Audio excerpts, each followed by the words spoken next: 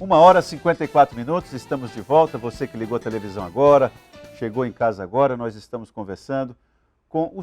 Ele está aqui na condição de cidadão mesmo, Fábio Fabrício, vem conversar conosco aqui no programa. Ele é um servidor do Ministério Público, mas veio aqui explicar para nós como que o olhar dele sobre o desrespeito à nossa história, como isso o deixou indignado, e aí isso provocou uma reação e ele tomou providências, e vamos ver quais vão ser essas providências que o MP vai tomar, né? E a partir disso aí, o que de concreto vai acontecer. Estou falando isso porque ele vai já, eu acho importante o Fábio colocar como que essa indignação dele pode nos ensinar, você que está aí nos municípios, você que está em Chapuri, você que está em Porto Acre, em Cruzeiro do Sul, se você vir alguma situação de desrespeito ao patrimônio histórico, você tem poder para poder acionar o Ministério Público. Acho que o Fábio, como bom professor que é, você já percebeu como ele é didático, ele vai nos explicar. Só que tem o Lei Araújo está colocando aqui, Fábio, um questionamento que é bem bacana. Perceba só, nós estamos falando a respeito do sítio histórico do Quixadá, aqui em Rio Branco. Mas olha só, Itaã, o acreano, não vê o Ministério Público trabalhando. Parece que nem tem em Rio Branco tantos espaços públicos há anos abandonados. Aí ele cita aqui, ó, como a Tentamen, como os portos, que tem mais outros pontos turísticos que não têm olhos do Estado. E aqui eu vou lembrar, por exemplo, a Biblioteca Pública Marina Silva, ali, a Biblioteca da Floresta, né? A Biblioteca da Floresta, o que acontece ali é de um desrespeito aviltante. E a gente vai calejando, vai passando por ali dia após dia e vai tornando paisagem aquilo ali, Fábio. E aí, o patrimônio histórico também poderia ser provocado por isso, não? Com certeza. Nós vivemos no Brasil, nos últimos anos, a perca de acervos históricos importantes do Museu Nacional, né? A própria Biblioteca da Floresta, que acho que em maio desse ano teve um princípio de incêndio, né? O MPF até representou o Ministério Público Estadual, que abriu um procedimento, que tem apuração e investigação. Eu vi alguma repercussão relacionada ao Executivo Estadual dando uma resposta mais efetiva em relação à reorganização daquele espaço, né, de memória, mas como disse o nosso telespectador, são os espaços que a gente leva quem vem de fora, que a gente leva a nossa família, não é? Então é dever nosso como cidadão também encaminhar as situações. Seria muito interessante fazermos de repente coletivos e grupos de defesa de alguns patrimônios específicos. Então os moradores de uma região X que tem lá um patrimônio importante, por que não se organiza? Associação, as comunidades religiosas, enfim, as escolas, porque somos nós que devemos lutar pela nossa história, né? E chamar o Estado a lutar também.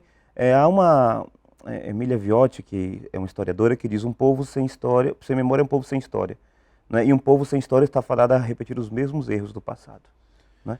E então, assim, nós temos outros locais, como por exemplo o Seringal Bom Destino, lá em Porto Acre, que é famoso, que é o berço, diríamos assim, do pensamento sobre a nossa Revolução. Foi ali que tudo foi organizado, né? O próprio Seringal Cachoeira, Itaã e nossos telespectadores, essa vontade de conhecer um pouco a história faz parte de um processo um pouco maior, que já há alguns anos eu tenho organizado, ainda muito pessoal, mas que certamente ano que vem a gente vai divulgar melhor, chamado Memórias do Coração da Floresta. Inicialmente a gente começou a fazer, inclusive a pedido de Dom Joaquim, que é um espanhol, Dom que Joaquim conhece, Petinhês, bispo de Rio Branco, que conhece muito da história, que tem escrito, porque a própria diocese, a própria igreja, foi a guardiã e tem sido a guardiã de muitas informações históricas que o Estado não tem, porque ela está aqui antes do Estado existir como Estado. Então os documentos históricos, as fotos, os registros, muitas vezes estão nos escritos das paróquias, nos livros de tombo. Informações importantíssimas. Então a diocese abriu, né, o bispo publicou acho que 16 ou 17 volumes dessas histórias, que não é essa história da igreja, é a história do Acre, os primeiros hospitais, o trabalho com ainda os tuberculosos, com os rancenianos, as primeiras escolas, os grupos de escoteiros. Tudo isso foi criação dessa turma que veio, principalmente da Europa, com tecnologia educacional, sanitária, para um local que a própria nação a qual ele estava vinculado, que era o território federal do Acre, não conhecia. Então quem era que vieram? A gente que vinha de Gênova, que vinha né, da Itália, enfim, de locais, e tinham tecnologia para isso. E aí implantaram o Instituto Santa Juliana, lá em Sena Madureira, o Colégio Divina Providência em Chapuri, a Santa Casa de Misericórdia, o Hospital dos Tuberculosos, que era na frente ali do Colégio São José. Então esses registros aonde estão? Se o Estado passa gestor, você não consegue encontrar, a diocese e a igreja tem isso. Sob a Isso é muito tutela da legal. igreja. E aí a gente começou a pesquisar isso, não é? Vai sair certamente no ano que vem, por ocasião dos 120 anos do fim da Revolução Acreana. A nossa ideia é inclusive entregar alguma coisa da história do quadro de Nossa Senhora da Seringueira, que por um milagre mesmo não pegou fogo quando o crime organizado invadiu o Capitão Sirico em 2016. Semanas antes, a diocese pediu o quadro para colocar na catedral e está lá preservado, um quadro centenário, que não tem tanto valor, diríamos assim, valor artístico, mas que tem valor histórico. Então, por ocasião dessa entrega desse quadro dos brasileiros, dos bolivianos aos brasileiros no ano que vem, a gente quer lançar também algumas coisas dessas memórias. A Igrejinha de Ferro, que em tese é a igreja mais antiga daqui, né? Mas hoje em atividade é a igreja do Quixadá, porque é a primeira igreja construída, que foi a igreja de São Sebastião do Colégio Meta, os próprios religiosos deram aval para demoli-la na década de 70, né, porque tinha catedral. Então veja como a gente tem dificuldade de cuidar do nosso patrimônio. Então, eu como cidadão, venho aqui como cidadão, né, como acriano que sou, ou aqueles que não são acrianos, mas que adotaram esse espaço, temos o dever moral, né, de defender, né, então, a nossa história. Eu vou aqui me enxerir aqui, Fábio. Tendo essa referência, que você como cidadão, eu também, tendo como referência aquilo que já foi feito na região ali do sítio histórico do Quixadá, o que seria o razoável de nós pedirmos para o Estado atentar? Olha, já foi feita uma espécie de gestão compartilhada ali com a comunidade. Qual é a dificuldade, o que poderia ser feito por meio da Secretaria de Estado de Turismo, pelo menos ao que estava? É possível a gente exigir isso? Sim, é plenamente possível, não é? É plenamente possível. Essa questão da autogestão dos espaços de cultura é muito importante, nos parece que a política cultural, ela caminha nesse sentido, inclusive envolver a iniciativa privada. É possível isso, né? O sítio histórico Quixadá, uns 2 anos antes da pandemia, nós tínhamos ali um local de cultura, as pessoas iam, havia um restaurante, os funcionários do restaurante, por exemplo, eram da própria comunidade, geravam uma renda, não é? Então, assim, esse circuito turístico, não é? Que pode ser religioso, pode não ser religioso, histórico, esses elementos eles estão interconectados, né? É possível fazer, precisa assumir isso.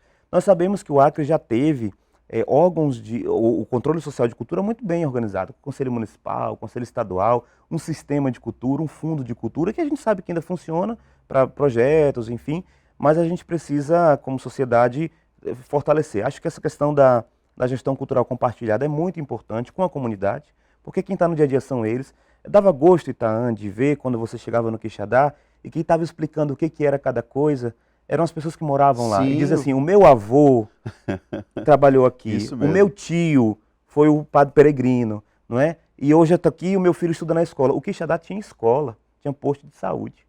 Não é? Domingo passado, quando estávamos ali, umas senhoras aí com seus 60, 70 anos, diziam, eu estudei na escola, que era ali. E nós não estamos falando de coisa assim, não é um tempo muito longínquo, não, é um tempo desse. As pessoas estão aí, ainda estão aí. Então, uma providência seria o inventariar tudo que tem ali, pegar, registrar essas histórias todas com uma equipe, de repente fazer uma parceria com o curso de História da Universidade, com o FAC, com o curso de Arquitetura, não é? Das universidades privadas, ainda não temos na nossa Universidade Federal, em que medida o próprio iniciativa privada poderia também assumir uma parte como cogestão. Então acho que é uma possibilidade muito grande. Os conselhos regionais de engenharia, de arquitetura, né? Também. Podíamos fazer uma grande frente em defesa da nossa história. Eu sei que o nosso presente está muito difícil, nós não sabemos como vai ser o nosso futuro, mas a gente precisa cuidar da história. Bom, esses outros elementos aqui, Fábio, eu queria que você reforçasse, inclusive para marcar a posição em relação à atuação do MP. Biblioteca da Floresta, você falou aí, mas eu queria que você desse uma reforçada. O que foi feito ali? Porque também, quando a gente passa por ali, a gente, várias vezes, já vi comentários, puxa, não temos MP, né? Tem essa coisa, né? Então, como dito, a Biblioteca da Floresta, aquilo que acompanhei, o Ministério Público Federal, Dr. Lucas, que é o Procurador Regional dos Direitos do Cidadão, mandou uma representação ao Ministério Público Estadual como também tomou providências em relação ao Espaço Kaxinauá, que voltou, o Espaço Kaxinauá está funcionando. Agora, foi uma edição do Ministério Público Federal também. A Biblioteca da Floresta, o Ministério Público Estadual abriu o procedimento, como dito, né, naquelas fases, primeira parte administrativa, antes de demandar ao judiciário. Eu não conheço a miúde porque é uma promotoria específica, né, um promotor, seria até interessante convidar, não é o promotor que atua mesmo, né, nessa área. Já fica o convite, vou reforçar. Isso, que é a promotoria de urbanismo e parte, né, patrimônio histórico, que certamente essa representação do Quixadá vai acabar sendo objeto de intervenção dessa promotoria. E até onde eu acompanhei, onde eu, né, percebi institucionalmente, e também como cidadão, porque estou bem atento a essas questões, foi uma recomendação ao governo do Estado e também um plano de providências, né, de forma extrajudicial, que foi acatada pelo governo do Estado e que eu imagino que esteja sendo monitorada as providências. Como dito, eu vi alguma repercussão e aí o promotor, né, da área, que seria a pessoa mais indicada para dizer, ou até o gestor cultural, né, daquilo que tem sido feito. Mas há um caminho, ao menos do Ministério Público do Estado do Acre, já consolidado em relação à Biblioteca da Floresta. Agora, é claro, como houve na biblioteca um princípio de incêndio, né, e também no Quixadá, agora estão saqueando saquearam as coisas que tinham internamente, e agora o saque é na estrutura física. Então, janelas, telhados, né? Os lavatórios das pousadas, né? Eu nem digo mais aquilo que foi usado na minissérie, que já quase não existe. As vestimentas, as roupas antigas, né? As máscaras que tinham ali. Agora, você imagina o grau de ausência do Estado para que isso possa ter chegado a esse ponto. Existe um raciocínio, Fábio, que é um raciocínio, talvez para alguns até óbvio, né? Se uma obra pública ela é feita sem a participação da comunidade, sem o envolvimento da comunidade, sem o convencimento político de que aquela obra é importante, a comunidade não abraça. E aí as coisas são feitas assim. Sim. No caso do Quixadá, é um caso atípico porque havia uma gestão compartilhada. Então, de certa maneira, como você bem lembrou aqui, os guias eram da própria comunidade, os garçons eram da própria comunidade. Então, bom, a comunidade abraçou aquilo ali. Só que chegou nesse nível, né? Uhum. Olha só o grau de... É quase criminosa essa omissão por parte do Estado. É esse o objeto da apuração, não é? Havendo crime, havendo dolo, não é? Havendo omissão estatal, então a apuração. Um outro aspecto que eu queria dizer, quando houve a minissérie, 2007, levou um grande, diríamos assim, um crescimento econômico para todas aquelas comunidades que estão às margens da Via Quixadá. Foi asfaltado, linha de ônibus, não é? Hoje o Quixadá é conhecido, a estrada, né? Inclusive com locais de produção de hortifruti, de verduras, enfim. Uhum. Né? Então, pessoas que vendem no mercado Elias-Mansur. Então, é muito importante essa questão do acesso. Veja todo o contexto econômico. É uma questão histórica e cultural também, mas movimenta a economia local. As pessoas vivem melhor, as pessoas podem produzir.